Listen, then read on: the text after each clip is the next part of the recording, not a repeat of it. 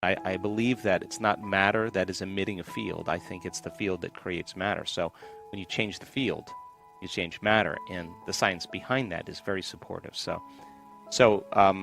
my ability to articulate it, my research that I've done since then, and the studies that I've done in additional education has helped me to be able to put together a formula.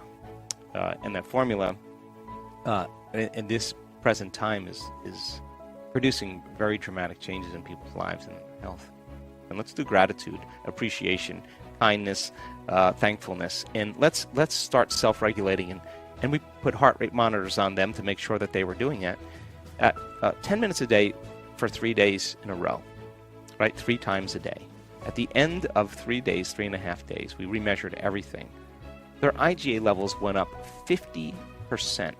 50%. That means that their body was really beginning to move back into balance and homeostasis. So gratitude, the funny thing about gratitude is that we're conditioned and hypnotized into believing that we need a reason to be grateful. No, when something happens to you, or something's happening to you, when you're receiving something, or you've received something, you feel gratitude and you say thank you. Well, when you start to feel gratitude ahead of the actual experience, the emotional signature of gratitude means it's happening to you. It's already happened to you. That gratitude is the ultimate state of receiving. So you can take a person who's been diagnosed with cancer, say as an example, and they're living in fear, and turning that battleship around. Instead of them surrendering to fear every day, you teach them how to surrender to love or to gratitude. And when they start self-regulating, well, their immune system is going to get stronger. We know that.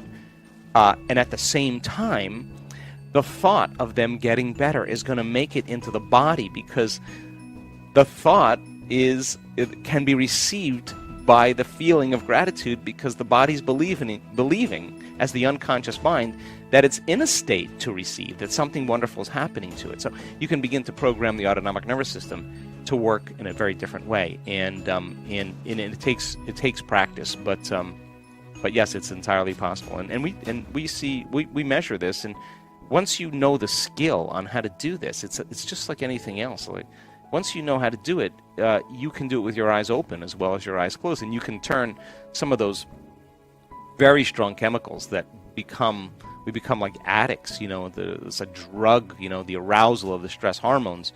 People start to become very dependent on them, and they use the problems and conditions in their life to reaffirm this emotional need to feel these chemicals, and that means they become addicted to the life they don't even like, and if you can turn on that stress response just by thought alone, you can become addicted to your own thoughts. Now this is a challenge for people, because this explains why change is so hard.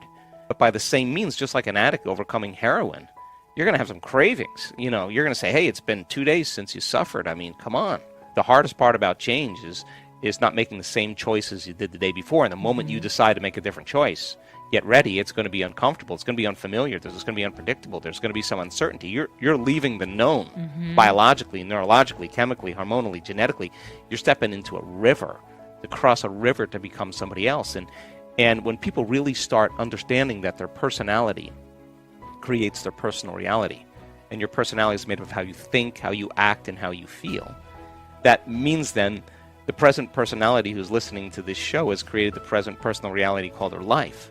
And if you want to create a new life, a new personal reality, you got to change your personality. That means you got to start thinking about what you've been thinking about and change it.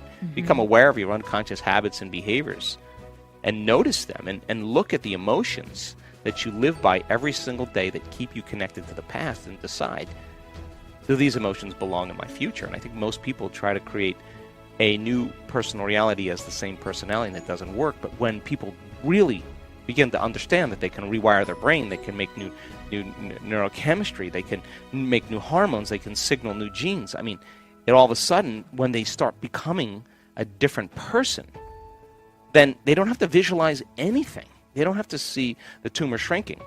The disease existed in the old person. They're somebody else. And, oh my God. And it just disappears. And it does require unlearning. It does require breaking the habit of being yourself. Yeah. It does require a certain level of energy and awareness. And it requires lighting a match in a dark place and sitting in that discomfort, and not getting up and checking your cell phone, or getting on the phone, or watching TV.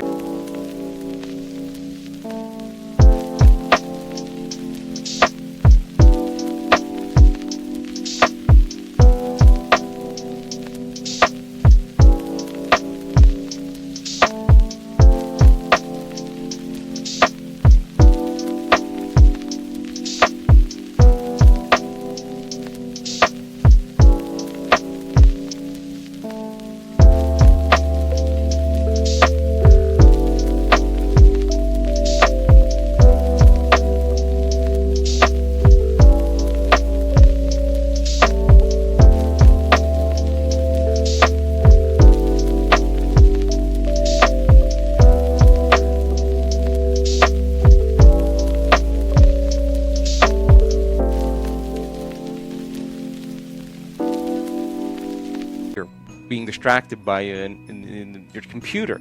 This is you gotta be willing to know that you got to sit in that discomfort, because that's what people are running from all the time. So the person who's going to say, no, you know what, I'm really insecure, or I live in fear, or whoa, I feel really empty. Now, this is the moment. This is a defining moment for people, because now they're saying, okay, I got to believe that there's something else here. And I think when you believe in yourself, you believe in possibilities. And when you believe in possibilities, you believe in yourself. So people start taking their power back in a very unique way, and they go all in. They go all in, and they understand then. And I think science has become the contemporary language of mysticism. I think science is what demystifies the mystical. And so and this is a time in history where it's not enough to just know. It's a time in history to know how, and that's for me the most important thing. I love being with people that want to put it to the test, and when you do, I'm always astounded by how unlimited human beings are. And you can't tell me you're too old to do this. We have people in their 80s in our work that have brain scans that will blow your mind. You can't tell me you're too sick to do this. We have people that have been really sick that turn that thing around. You can't tell me you had a turbulent past. There are people that have had brutal pasts that are happy, healthy, well-adjusted people. You can't tell me you're too overweight, too underweight. You can't. I've seen it in all shapes, sizes, and it's an amazing thing, because once you start reasoning it and you start thinking about it, it does make sense. And when it starts making sense to people, then they can begin to assign more meaning behind what they're doing and put more intention behind it. And one of the things that has to happen is that you can't control the outcome. In other words, it's not going to happen the way you think it should, because that's a known. You got to be open to having it happen in a way that you can't predict. And that means you got to lay down the very thing you use your whole life to get what you want for something greater to occur. And that's something we have to work on as well. But step by step, people make these brilliant changes by changing their identity.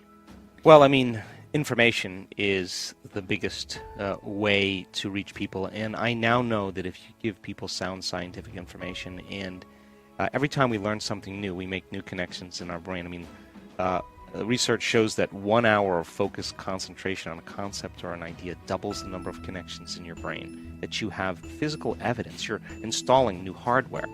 Now, I now know if you can build a model of understanding with people, and then the next step is to have them turn to the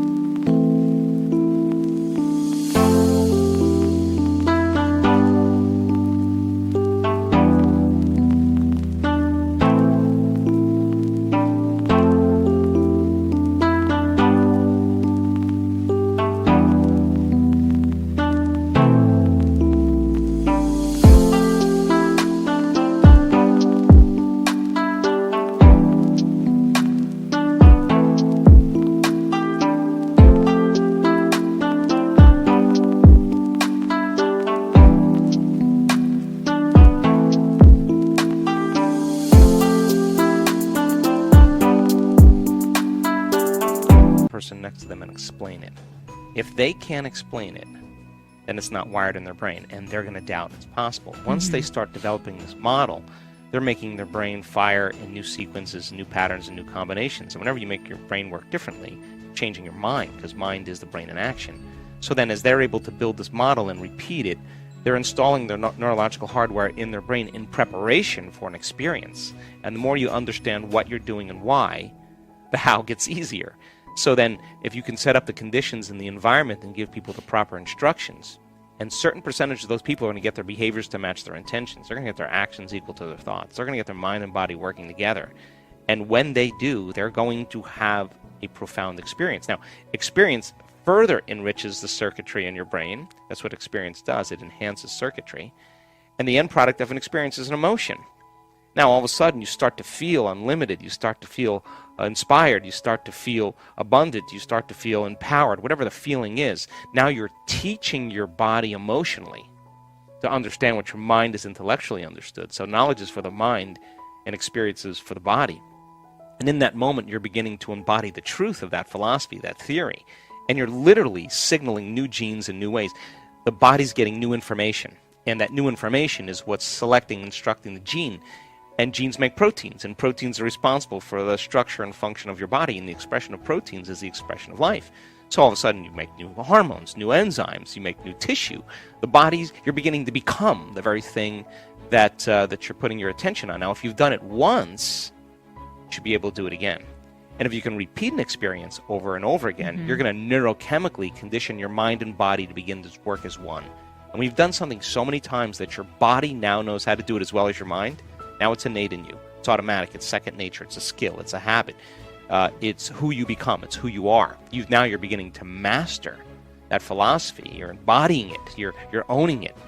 So I think we go from philosopher to initiate to master, from mind to body to soul, from knowledge to experience to wisdom, to thinking to doing to being, to learning it with your head, applying it with your hands, and knowing it by heart. And people have to come to a point where they all of a sudden realize that they're a participant in this whole thing.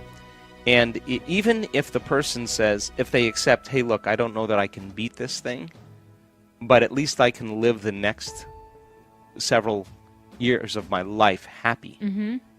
It makes a huge difference.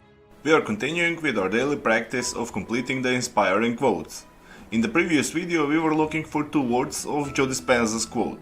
The quote goes like this: you can change your brain just by... The correct answer is thinking differently.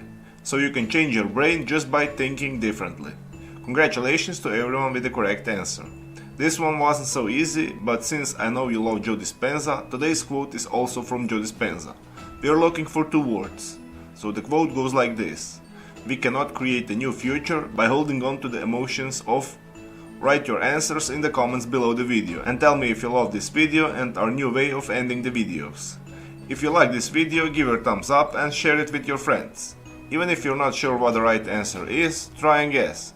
The first one with the correct answer is the winner. So don't forget to subscribe and hit that bell button and don't miss any of the new videos and new challenges.